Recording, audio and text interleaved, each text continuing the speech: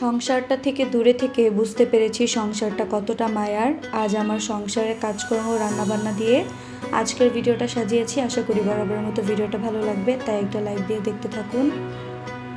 আসসালামু আলাইকুম, সবাইকে ওয়েলকাম করছি নতুন দিনে আর একটা নতুন ব্লগ দেখার জন্য।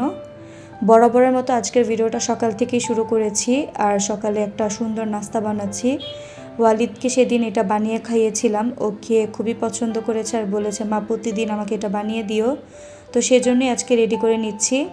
বাসায় লিকুইড মিল্ক ছিল না, তাই হালকা কুসুম গরম পানির মধ্যে গুঁড়া দুধ গুলিয়ে এর মধ্যে 2টো ডিম দিয়ে দিলাম। এরপর চিনি আর লবণ দিয়ে খুব ভালোভাবে মিক্স করে নিয়েছি আর পাউরুটির এটার মধ্যে ডুবিয়ে এখন ভেজে নিব।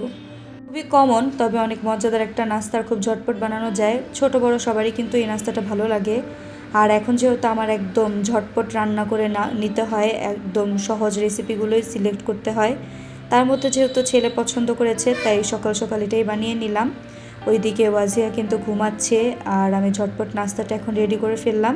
এটা দিয়ে সকালের নাস্তাটা করে ফেলেছি আর এখন হচ্ছে ঘরগুলোকে গুছিয়ে নিচ্ছি। তো একটু পরে খালা চলে আসবে, তার আগেই হচ্ছে বিছানার চাদরগুলো তুলে ফেলবো। এরপর অন্য একটা বেডশিট বিছিয়ে বিছানাটা গুছিয়ে নিব। এই যে সংসারের কাজগুলো করছি, হয়তো একটু কষ্ট হচ্ছে বা দৌড়ের উপর কাজগুলো শেষ করতে হচ্ছে, কিন্তু যখন সংসার ছিলাম না তখন কিন্তু সংসারটাকে খুব মিস করেছি আর বুঝেছি সংসারটা আসলে কতটা মায়ার। যাই হোক, আমি কিন্তু ম্যাজিক করে বিছানাটা গুছিয়ে নিয়েছি, আপনারা তো দেখেছেনই। আর এই যে দেখেন বিছানাটা দেখতে এখন কত সুন্দর লাগছে। একটা সুন্দর ঘরের জন্য কিন্তু একটা পরিপাটি আর গুছানো বিছানাটা খুবই জরুরি। আমার তো বিছানা এলোমেলো হলে একদমই ভালো লাগে না। যাই হোক, ঘরগুলো গুছিয়ে এবার রান্নাঘরে চলে আসলাম আর এখন একটা ডেজার্ট রান্না করব।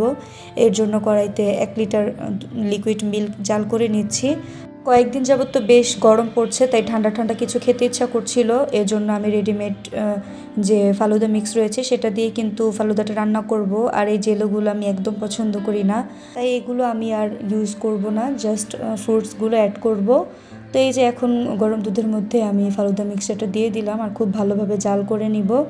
আর এর মধ্যে সব কিছুই দেওয়া থাকে, আমি শুধুমাত্র বাড়তি স্বাদের জন্য একটু গুঁড়া দুধ অ্যাড করেছি, আপনারা চাইলে নাও দিতে পারেন। তো এরপর আমি ফাঁকে এই যে ফ্রুটসগুলো কেটে নিব আর আজকে মাত্র 2 ধরনের ফ্রুটসই আমি অ্যাড করছি, বাসায় যা ছিল তা দিয়েই করে নিচ্ছি।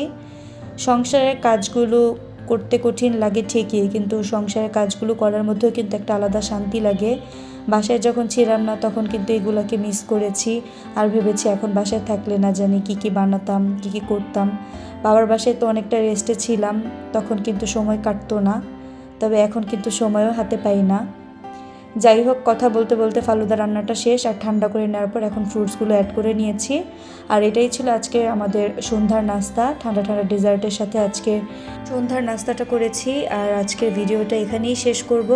আশা করি ছোট্ট এই ব্লগটা আপনাদের ভালো লেগেছে। ভালো লাগলে অবশ্যই আমাকে কমেন্টে জানাবেন। সবাই ভালো থাকবেন। আল্লাহ হাফেজ।